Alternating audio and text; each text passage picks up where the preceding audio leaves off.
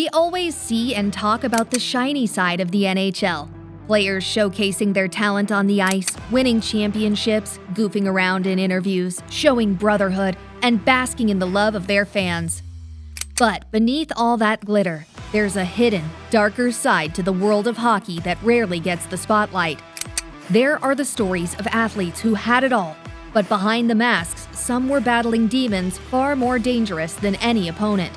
Whether it was addiction, legal trouble, broken trust, sudden death, or unspoken trauma, these players threw their careers and glory away in some self-destructive actions. Who are these players? Let's discuss a few of them in this video. Kevin Stevens. Kevin Stevens is a perfect example of the dark side of the NHL. From the perfect American boy who used to bring joy to the room and had dreams of becoming a legend, to falling deeper into the world of pain and crimes, Kevin Stevens' journey will make you cry. In the early 1990s, he was a force of nature. Skating on the wing of Mario Lemieux with the Pittsburgh Penguins, Stevens helped terrorize defenses during one of the franchise's most glorious eras. In the 1991 and 92 seasons, he scored an astonishing 54 goals and 123 points and became one of the league's elite players. He won back-to-back Stanley Cups in these seasons. He was destined for the Hall of Fame until everything collapsed. It was the unfortunate day of May 14, 1993, when he was doing his best on the ice against the New York Islanders. But one misstep caused him to lose his balance, head hitting Rich Pylin's shield, face meeting the ice, resulting in nose, forehead, and orbital bone crushing. It was so bad and depressing that no one could see it. This year marked the beginning of his downfall. He not only suffered from injury, but also got addicted. When the Penguins were going for their third Stanley Cup, someone gave him something that would become an addiction in the coming years. It was cocaine. He was 28 years old when he took cocaine for the first time. It was the moment his life changed completely. It was 2000 when the addiction was ruling his life that led him to get arrested in a drug sting in a sleazy motel in East St. Louis. He was sentenced to probation and became a cautionary tale in the world of the NHL.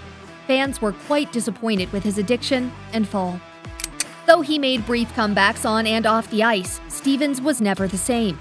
It was 2016 when he was arrested again due to drugs and addiction. But this time, he managed to avoid jail after his family and friends gathered 150 letters of his good character.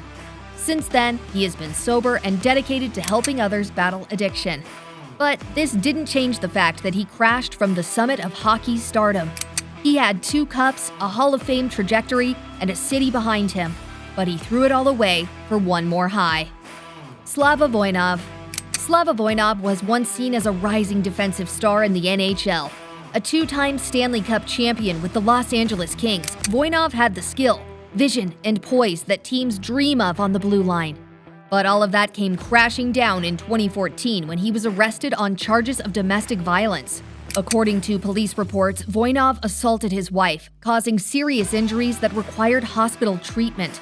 The NHL immediately suspended him, and although he attempted a quiet return to professional hockey, public backlash and legal complications made it impossible. Voinov served jail time, was deported from the US, and ultimately watched his once promising NHL career vanish overnight. Despite attempts to continue his career in Russia, his name remains stained in North American hockey, serving as a stark reminder that no amount of talent can excuse violence. Theo Fleury. Our second player's story is full of glory, pain, and redemption, serving as a warning to every person related to the NHL. It was 1989 when a Canadian force was born. Theo Fleury was never supposed to be in the NHL, but this small beast proved himself worthy of glory. Born in the small prairie town of Oxbow, Saskatchewan, Fleury was the embodiment of a Canadian hockey dream, poor, hungry, and burning with raw talent. He clawed his way into the Calgary Flames lineup in 1989 and exploded. That same year, Fleury helped lead the Flames to their only Stanley Cup title. From there, he became a force of nature. He put up 8 30-goal seasons, hit the 100-point mark, and earned a spot on Team Canada for the 2002 Winter Olympics, where he won gold.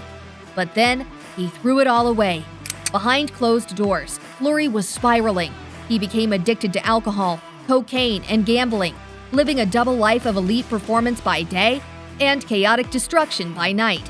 His teammates tried to stop him, his coaches advised him to fight with it, and fans pleaded with him to sustain his glory. But he didn't pay any heed to them. At last, the NHL had had enough of him, and he was banned from the league in 2003. After that, NHL fans and players forgot him, returning to the shiny world of the NHL. But after years, in 2009, Theo came back with his autobiography. This book told the world about the demons he was fighting off ice. In Playing with Fire, Fleury revealed a harrowing truth. As a teenager, he was repeatedly sexually abused by his junior coach, Graham James. This trauma had never healed. The shame and rage drove him into substance abuse, reckless behavior, and self-destruction. But then, the unstoppable prairie kid in him drove him to redemption. He got sober, he confronted his past, and he became a voice for the voiceless. Today, Theo Fleury is a mental health advocate, public speaker, and author, using his pain to help others. Pelle Lindbergh. Unlike Theo Fleury, Pelle Lindbergh never got the chance to finish his legendary story. This goalie's journey ended as soon as he stepped toward the glory.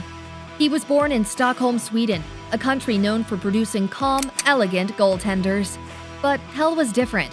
He had fire in him and wanted the world to see his raw passion. It was his determination that, by the early 1980s, he was the shining star of the NHL sky. Drafted by the Philadelphia Flyers in 1979, Lindbergh brought something magical to the team. By the 1984-85 season, he was on top of the hockey world by becoming the first European goalie to win the Vezina Trophy. He posted 40 wins, led the Flyers to the top of the standings, and looked destined to become a dynasty cornerstone. But just 5 months later, it was over. It was the night of November 10, 1985, when Lindbergh was out celebrating with teammates in New Jersey, most probably planning his next win. After having a blissful and cheerful night with his friends, he drove to his home in his custom Porsche 930 Turbo around 5:40 a.m. It was that time when he lost control at high speed and slammed into a concrete wall. He wasn't wearing a seatbelt, and he was drunk behind the wheel with a blood alcohol level over twice the legal limit.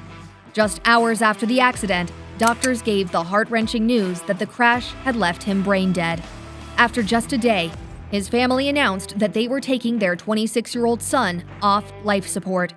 In this way, a promising NHL career was thrown away by a tragic death. Sean Avery. If you ask someone which NHL player they hate the most, they will instantly answer Sean Avery. In every era of the NHL, there is always a pest who gets under opponents' skin. But Sean Avery didn't just toe the line, he obliterated it. He had one mission: to make you hate him, and he was very good at it.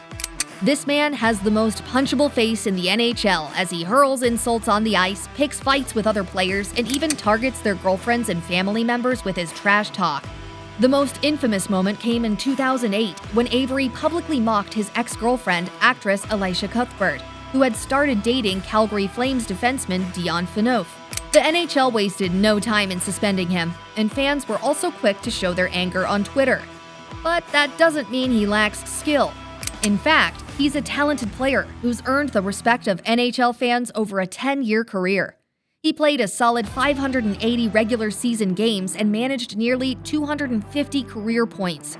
With this, he broke every hockey stereotype by playing roles in different movies and doing a Vogue internship.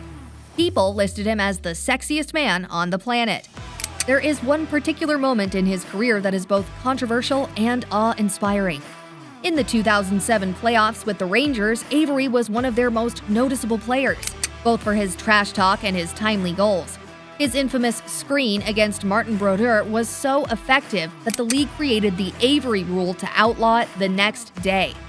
This incident proved that fans love him, and the NHL was annoyed with him, but he didn't care about them and paid heavily for this. Behind the scenes, he clashed with coaches, ignored team policies, and burned bridges faster than he built them. Even his own teammates began distancing themselves. By 2012, the league had had enough. Avery was unofficially blackballed, with no team willing to touch him. This left him with no option but to retire. In the end, he didn't get any sort of tribute from the NHL or his fans. Mike Danton. This athlete's crime will shock you to your core. Mike Danton was on his way to becoming a superstar. He was a reliable and tough agitator who was performing quite decently in his rookie season.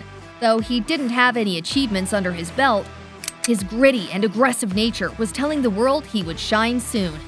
But they didn't know that behind the hard-nosed on-ice persona was a deeply disturbed personal life, one that would explode into a headline-grabbing criminal scandal that stunned the entire sports world. In April 2004, Danton was arrested by the FBI. According to federal prosecutors, Danton had tried to hire a hitman to kill someone close to him. The shocking thing here was that someone was allegedly David Frost, his former agent, coach, and longtime mentor, a man with an almost cult-like influence over Danton since his teenage years. But this was no clean case. Investigators said the relationship was toxic, codependent, and warped.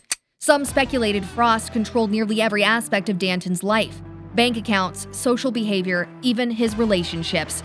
The supposed mentor was actually a snake in the life of young Danton. He pleaded guilty and was sentenced to 7.5 years in prison. He served 5 years before being released in 2009. While in prison, Danton did something few expected. He changed. He enrolled in university courses, got clean, and began working toward a new life. After his release, he returned to the ice, not in the NHL, but in Canadian college hockey. Here, he became a hero by saving the life of his line-mate Marcus Bengtsson, who hit his head on the ice and started convulsing. Danton knew how to use first aid thanks to his time in prison, so he saved his life, getting the title of Fallen Hero. Which one of these players' stories impressed you most? Share with me in the comments section, and don't forget to subscribe to my channel.